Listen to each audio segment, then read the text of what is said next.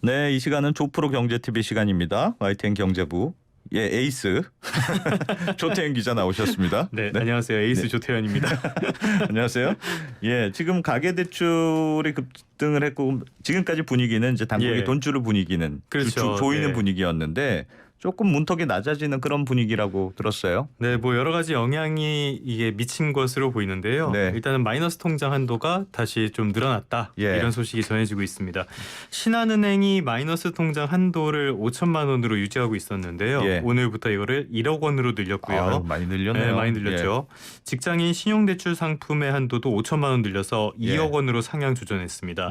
그러니까 1년 만에 원래 수준으로 다시 되돌아갔다. 이렇게 예. 볼 수 있겠고요. 예. NH농협은행도 다음 달 4일부터 마이너스 통장 한도를 5천만 원에서 2억 5천만 원까지 높이기로 했고 예. 우리은행도 5천만 원에서 최대 3억 원으로 확대한다고 합니다. 아, KB국민은행, 하나은행이 이미 마이너스 통장과 신용대출 한도를 대부분 지난해 상반기 수준까지 복원한 상태인데요. 네. 그러니까 시중에 5대 은행들의 모두 네. 한도가 5천만 원이 넘게 됐다. 와. 이렇게 보시면 되겠고요. 예. 지난해 말씀하신 것처럼 금융당국이 대대적인 대출 조이기를 하면서 네. 한도 5천만 원이 넘는 마이너스 통장이 지난해 9월 이후로는 사실상 사라졌었거든요. 맞아요. 예. 네, 이게 다시 원래대로 돌아가는 건데 일단 몇 가지 배경이 있습니다. 올해 들어서 가계대출이 감소세를 보이고 있는 게 첫 번째 원인으로 보이는데요. 예. 한국은행 자료를 보니까 지난달에 은행권의 가계대출이 1,060조 원으로 석 달 연속 감소세를 이어갔더라고요. 예. 조금씩이나마 가계대출의 급증세가 안정되는 모습을 보이면서 금융회사 역시 문턱을 낮추는 것으로 보이고요. 또 하나 이게 더 크지 않을까 싶은데 윤석열 당선인이 계속 대출 규제를 완화하겠다 이런 뜻을 밝혀왔잖아요. 예. 이런 것들이 크게 영향을 미친 것이 아닌가 이렇게 생각해 볼 수 있겠습니다. 주택담보대출이 최근 들어서 좀 줄어들었다고 하던데 네네. 제가 보기에는 대선을 앞두고 어떻게 될지 모르니까 관망하는 사람들이 많았던 거 아닐까? 실제로 대선을 앞두고 주택 거래가 대출 규제에도 영향을 미쳤지만 네. 전반적으로 주택 거래가 굉장히 급감하는 모습을 맞아요. 보여줬거든요. 예. 그러니까 결국엔 그런 것도 영향을 미쳤다고 봐야겠죠. 알겠습니다. 대출 뭐 풀면 급한 분들한테야 도움이 예. 되겠습니다만 조금 뭐 괜찮겠습니까? 그래도? 괜찮을까요? 괜찮을 것 같죠. 네. 가계빚이 늘어나는데 지금처럼 이렇게 상황이 계속 급변하는 상황 속에서 예. 빚을 갚지 못하는 사람이 늘어나게 되면은 당연히 금융회사가 타격을 입게 되겠죠. 예. 금융회사가 타격을 입으면은 결국에는 경제 위기로 이어지고 그거는 국민들한테 돌아갈 수밖에 없게 됩니다. 예. 이런 문제가 뭐 여러 가지 복합적인 원인이 있지만 연쇄적으로 터졌던 게 2008년 글로벌 금융위기 예. 이런 측면이라고 볼 수 있겠는데요. 그런데 일단 지표상으로는 괜찮아 보입니다. 국내 은행의 부실 채권 비율을 찾아보니까 역대 최저치더라고요. 예. 이게 지난해 말 기준인데 국내 은행의 부실 채권 비율이 0.5%에 불과했습니다. 예. 그러니까 3개월 이상 연체한 채권 비율이 0.5%에 불과했다. 예. 그래서 이게 6개월 연속 최저치였습니다. 네. 지난해 말에 총 여신 그러니까 빌려준 돈이죠. 예. 1년 전보다 늘었는데요. 부실 채권은 오히려 감소하는 모습을 보였습니다. 네. 기업과 가게에서 모두 하락세니까 여기까지만 보면은 국내 금융의 건전성이 상당히 좀 튼튼해 보인다 이렇게 볼 수 있겠습니다만 예. 착시 효과가 있죠. 그렇죠. 예. 지금 코로나19 피해 기업을 대상으로 대출 만기 연장과 상환 유예 같은 금융 지원을 해주고 있는데 네. 이런 금융 지원을 받은 대출 채권은 부실 채권으로 분류되지가 않습니다. 그렇겠죠. 지금 이런 금융 지원도 계속 만기를 연장하면서 문제가 터지는 거를 어제 말씀드렸던 전기료처럼 계속 조금씩 뒤로 미루고 있는 상황인데 예. 이게 결국에는 언젠가는 터지게 될 수도 있고 이런 측면이기 때문에 아직은 상황을 그렇게 정말 우리가 건전하다 이렇게만 보기에는 조금 일러 보입니다. 사실은 뭐 지금 워낙 어려운 상황이니까 다 당장 돈 갚으세요 하면은 부실이 많이 나니까 그렇죠. 조금 네. 덮어주는 거야. 사실은 뭐 이론적으로 말이 되는데 얼마나 부실이 있는지를 지금 알지를 알 수가 못하니까 없으니까요. 그게 좀 불안한 거죠. 예. 경제가 좀 좋아져서 이분들도 다 갚을 수 있게 되면 제일 좋을 것 같은데 시중금리도 좀 오르는 추세여서 그것도 걱정이에요. 요즘 네, 금리 많이 맞습니다. 올랐던데.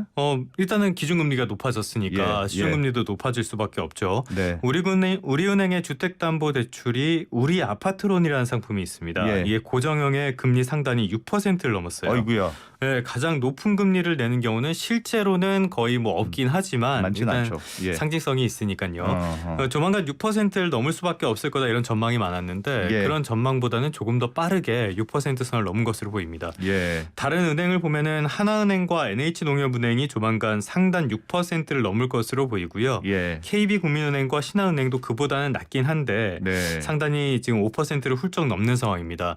당연히 실수요자들에게 부담이 될 수밖에 없고요. 예. 예. 코로나19 사태 이후로 대출로 이렇게 운영 자금들을 꾸려 나가는 분들이 상당히 많은데 이런 분들 입장에서도 굉장히 좀 타격이 불가피하다 이렇게 예. 볼 수밖에 없습니다. 육자는 진짜 오랜만에 본 것 같은데요. 그렇죠. 예, 예. 거의 처음 보는 것 같습니다. 저는 예. 기자생활 시작하고 처음 보는 것 같은데 왜 이렇게 오릅니까? 네. 일단 기준금리가 올랐죠. 예. 그러니까 당연히 시장 금리도 또 오를 수밖에 없습니다. 예. 그리고 국채 금리가 급등한 것도 영향을 미친 것으로 풀이되는데요. 예.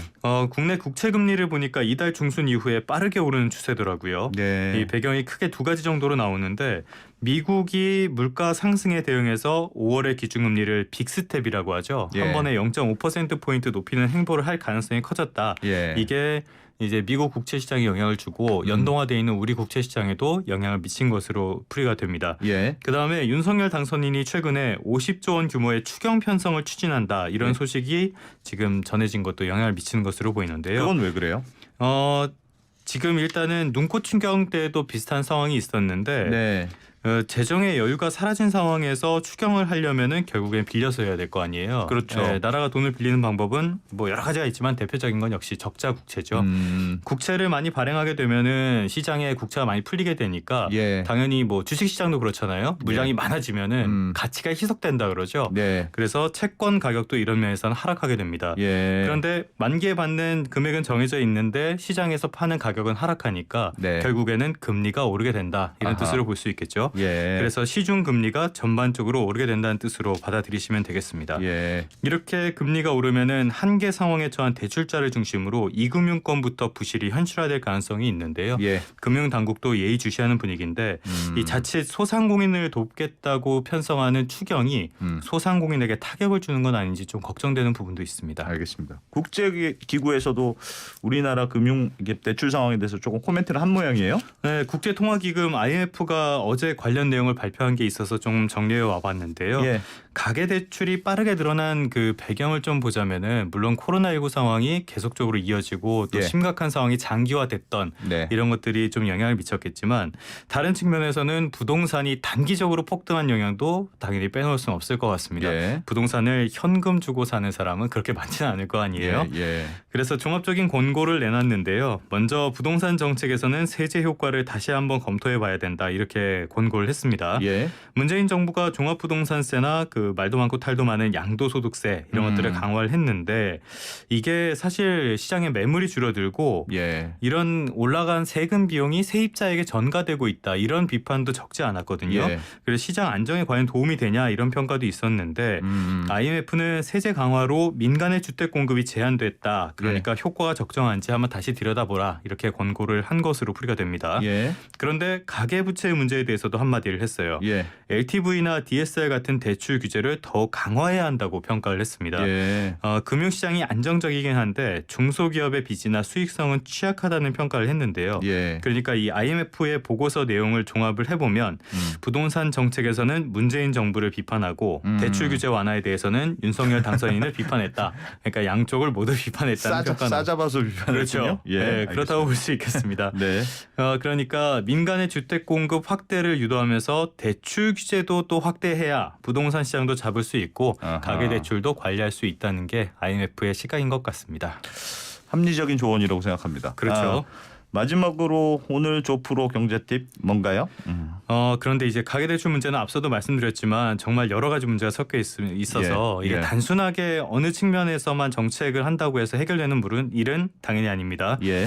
이미 경험한 것처럼 너무 과격하게 규제를 해도 너무 일괄적으로 규제를 했더니 전셋집을 구하지 못하게 되거나 운영자금을 빌리지 못하는 일처럼 이 실수요자들에게 타격이 가는 일들이 있었거든요. 그렇죠. 그리고 너무 풀어주게 되면은 당연히 가계 대출이 폭발 직전인데 지금도 네. 이게 엄청나게 늘어날 거 아니에요. 예. 거기다가 부동산 가격도 들썩일 가능성이 있습니다. 어허. 그래서 역시 중용의 미가 중요할 것으로 보이는데요. 예. 그래서 무조건 조이는 것도 무조건 푸는 것도 정답은 아니다라는 말로 이야기를 마무리하겠습니다. 하여튼 뭐 정답이 없어요. 그렇죠. 한쪽에 정답이 있는 거라면은 예. 정말 쉬울 텐데 네. 어느 정책 특히 양쪽 측면을 다 갖고 있기 때문에 정말 네. 어려운 것 같습니다. 부동산 정책이 참 힘든데 요즘 전체적으로 들썩들썩하다고 하던데 네. 새 정부의 이제 기대감 때문에 모르겠습니다. 좀 그것도 지켜보긴 해야겠죠. 네. 알겠습니다. 오늘 말씀 감사합니다. 네, 고맙습니다.